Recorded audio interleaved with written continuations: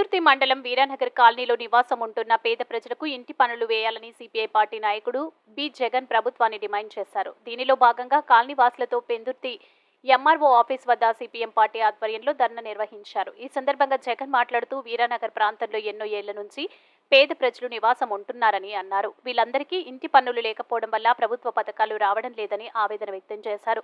ప్రభుత్వం వెంటనే స్పందించి పేద ప్రజలందరికీ ఇంటి పన్నులు వేయాలని కోరారు. మా ఇవ్వడం అంతా చెత్తపట్ల పెడుతున్నారు మీరు. మేము అడుగుతుంది ఒకటే, నిజంగా మాకు ఎలిజిబిలిటీ లేదు, మాకు ఇంకో దగ్గర ఇల్లు ఉందనుకో రిజెక్ట్ చేసి పడేయండి.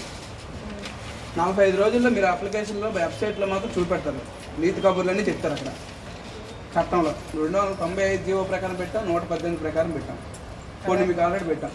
అసలు ఎందుకు మీరు చేయట్లేదు చెప్పండి మేడం, మీకు వచ్చిన ఇబ్బంది ఏంటో చెప్పండి మేడం.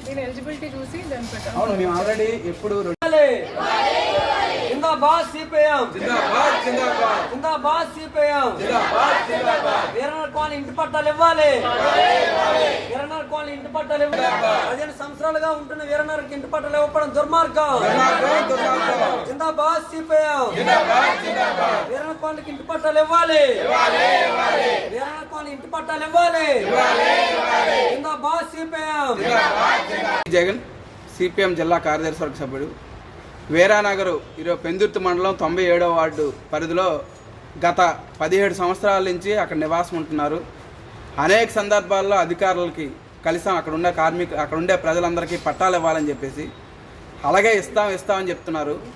ఎంఆర్ఓ ఎవరైతే వస్తున్నారో తహసీల్దార్ గారు వాళ్ళందరికీ కలుస్తుంటే ఇదిగో వారం రోజులు ఇస్తాం, 10 రోజులు ఇచ్చేస్తాం, ఎంక్వైరీ చేస్తున్నాం అని చెప్పారు. ఇంతకుముందు జీవో 296 జీవో ప్రకారం వీళ్ళందరూ పట్టాలకు అప్లై చేసుకున్నారు. తర్వాత 118 ప్రకారం అప్లై చేసుకున్నారు. అప్లై చేసుకోవడమే మిగులుతుంది. మాకు ఓన్లీ ఏదైతే మీ సేవలు ఉన్నాయో మీ సేవల ఖర్చులు మిగులుతున్నాయి తప్ప ఇంకోటి ఏం అవ్వట్లేదు. నిజంగా మాకు ఎలిజిబిలిటీ లేకుండా మాకు ఇంకెక్కడైనా ఇల్లు ఉంటే మాకు ఎవరికి పట్టాలు ఇవ్వద్దు, రిజెక్ట్ చేసేయండి. నిజంగా మాకు అందరికీ పేదవాళ్ళు అనుకొని వాళ్ళు ఇల్లు లేరు అనుకుంటేనే వాళ్ళందరికీ ఇల్లు ఇవ్వండి. మేము ఇప్పటికే ఆల్రెడీ చాలాసార్లు అడిగాం, అలిసిపోతున్నాం. ఇప్పటికే లోకల్ కార్పొరేటర్కి ఎమ్మెల్యేకి కూడా కలిసి ఉన్నాం.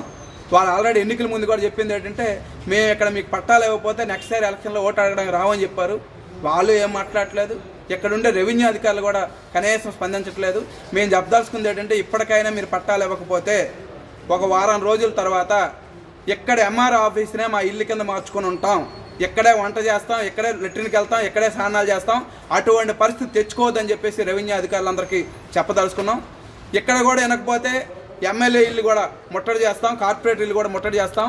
మీరు ఎన్నికల ముందు ఇచ్చిన హామీని నిలబెట్టుకోకపోతే మిమ్మల్ని కూడా మీ ఇల్లు మా ఇంటి కింద మార్చుకోవాల్సి వస్తుంది. అటువంటి పరిస్థితి తెచ్చుకోవద్దు. నిజంగానే మేము అడుగుదలుచుకుంది ఏంటంటే ఇక్కడ ఉండే లోకల్ 95వ వార్డు కార్పొరేటర్ ఆయనకేమి పట్టా ఇవ్వగలిగింది, మాకెందుకు ఎవరు? నిజంగా మాకు ఎలిజిబిలిటీ లేదని చెప్పి చెప్పమని అనుకుని వచ్చి బయటికి ఇక్కడ ఆ రకంగా చెప్పకుండా మీకేం లంచాలు కావాలో చెప్పండి, డబ్బులు ఇచ్చిన వాళ్ళకే మీరు పట్టాలు ఇస్తారో చెప్పండి. అందుకని ఇక్కడ ఉన్న తహసీల్దార్ గారికి ఆర్డీఓ గారికి హెచ్చరిస్తున్నాం. ఇప్పటికైనా మీరు ఆ రకంగా పేదలందరికీ పట్టాలు ఇవ్వకపోతే తప్పనిసరిగా అది పోరాటాన్ని ఉధృతం చేస్తాం.